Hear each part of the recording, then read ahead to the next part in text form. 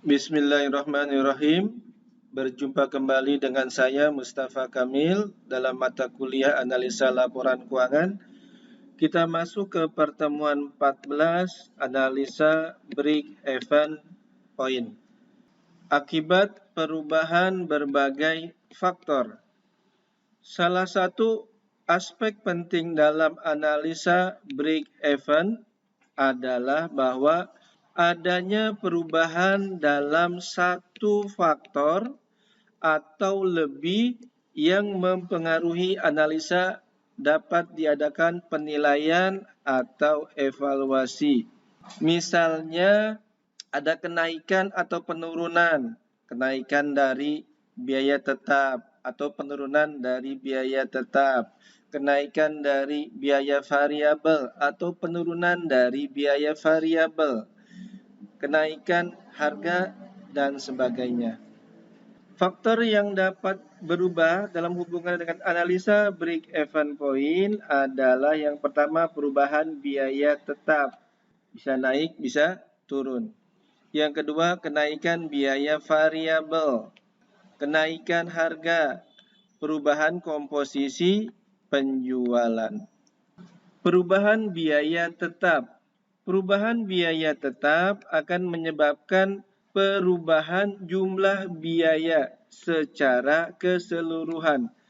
Pada berbagai tingkat penjualan akan berubah juga. Dengan berubahnya biaya, maka tingkat penjualan break-even juga berubah. Contoh, firma Nurvia & Co. Jika manajemen dapat menekan biaya tetap sebesar 10%. Kalau menekan berarti dikurangi 100%, dikurangi 10%. Berarti 90%. Kalau nanti naik, biaya tetap naik 10%, maka nanti dikalikannya 100% ditambah 10%. Untuk mencari break even dalam rupiah, itu kan rumusnya biaya tetap dibagi 1 dikurang biaya variabel per unit dibagi penjualan. Nah, biaya tetapnya di sini dikalikan 90%. 90% dari mana? 100% dikurangi 10%. Kita masukkan di soalnya, biaya tetapnya 18 juta dikali 90%. Lalu 1 dikurang 26 juta per 50 juta. Nah, didapat 33.750.000. Nah, kalau dalam break even dalam satuan, kita masukkan juga rumusnya. Biaya tetap dibagi penjualan dikurang biaya variabel. Nah, nanti biaya tetapnya dikali 90% juga. Nah, nanti di sini biaya tetap dalam satuan 135.000. Kenaikan biaya variabel. Dengan berubahnya biaya variabel, maka tingkat penjualan break-even juga berubah. Contoh yang dari atas, biaya variabel naik 10%. Maka untuk BEP dalam rupiah, nah di sini biaya variabelnya dikalikan 110%. Kenapa dikalikan 110%? 100% karena di sini naik ditambah 10%. Nah, maka dimasukkan nilainya didapat untuk rupiahnya 42.056.075 rupiah. Nah, dalam BEP dalam kuantitas atau dalam satuan, nanti dimasukkan rumusnya biaya tetap dibagi penjualan dikurang biaya variabel. Nah, biaya variabelnya dikalikan tadi 110%. Maka didapat 168.225 satuan. Kenaikan harga. Peningkatan keuntungan dapat dilakukan dengan menaikkan harga jual. Tetapi perlu dilakukan penelitian pasar apakah kenaikan harga tersebut dapat menyebabkan penurunan penjualan yang pada akhirnya juga akan mempengaruhi tingkat break-even point. Misalnya Firma Nurfiati & Co menaikkan harga jual sebesar 10%. Akibatnya volume penjualan turun 5%. Maka break even yang baru adalah kita masukkan biaya variabelnya jadi 95 dikali 95%.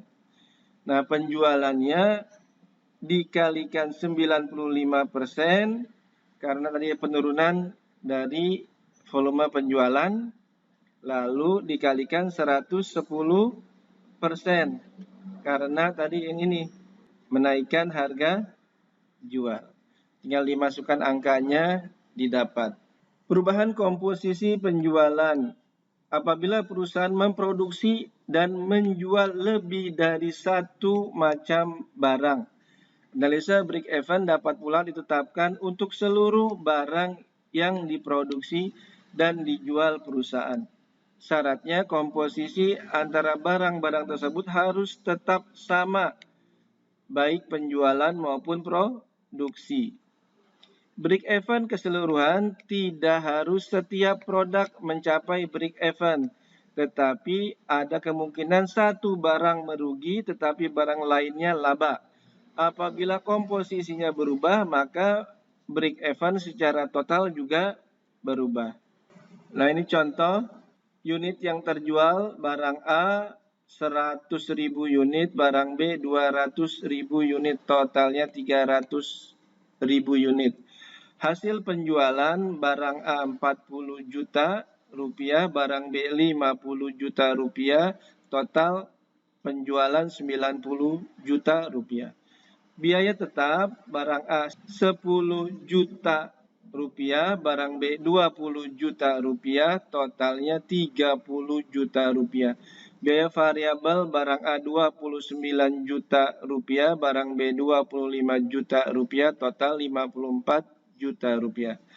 Nah, laba didapat barang A 1 juta, barang B 5 juta, total laba 6 juta.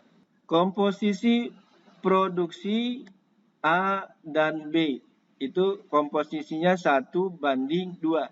Satu dari mana? Yaitu dari unit yang terjual.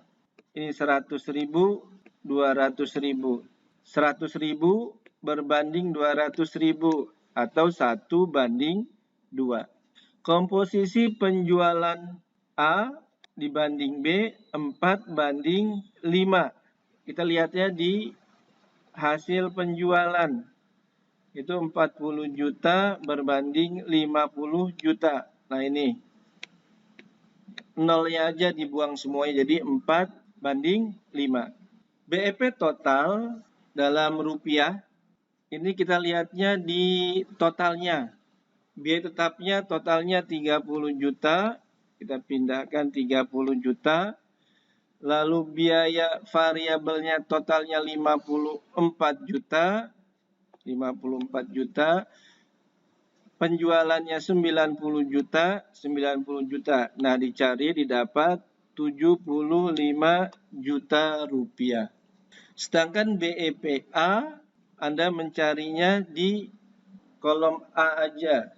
Biaya tetapnya 10 juta. Nah, ini 10 juta.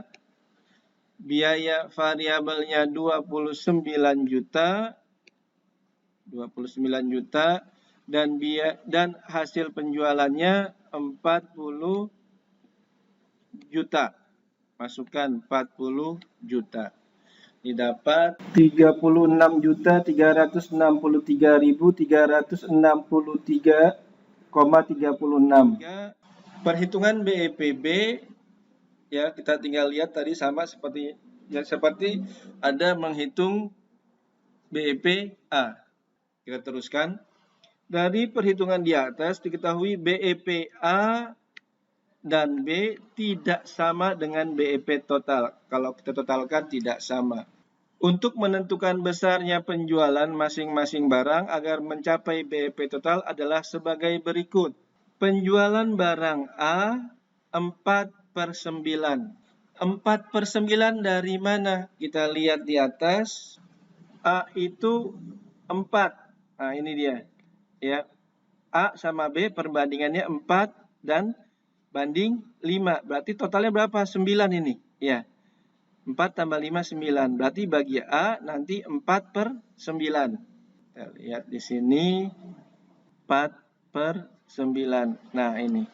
Dikali 75 juta. 75 juta didapat dari BEP ya. BEP dalam rupiah total. Nah, ini.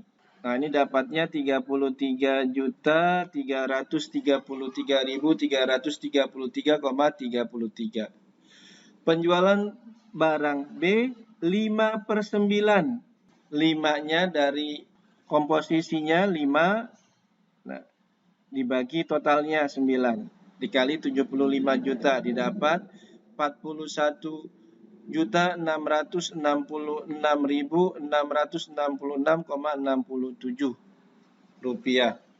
Kuantitas, jika ingin mengetahui kuantitas penjualan masing-masing barang dapat ditentukan. Komposisi produksinya 1/2. Dari mana kita lihat di atas 1/2-nya? Nah, yang ini 1/2. Kuantitas barang A 33.333.333,33 dibagi 400. 400-nya dari mana? Kita lihat di atas. 40 juta dibagi 100.000 sama dengan 83.333,33 satuan. 41.666.666,67 dibagi 250. 250 didapat dari 50 juta dibagi 200.000 unit sama dengan 166.666,67 satuan. Komposisi tetapnya 1/2, yaitu 83.333,33 per 166.666,67. Ya, terima kasih.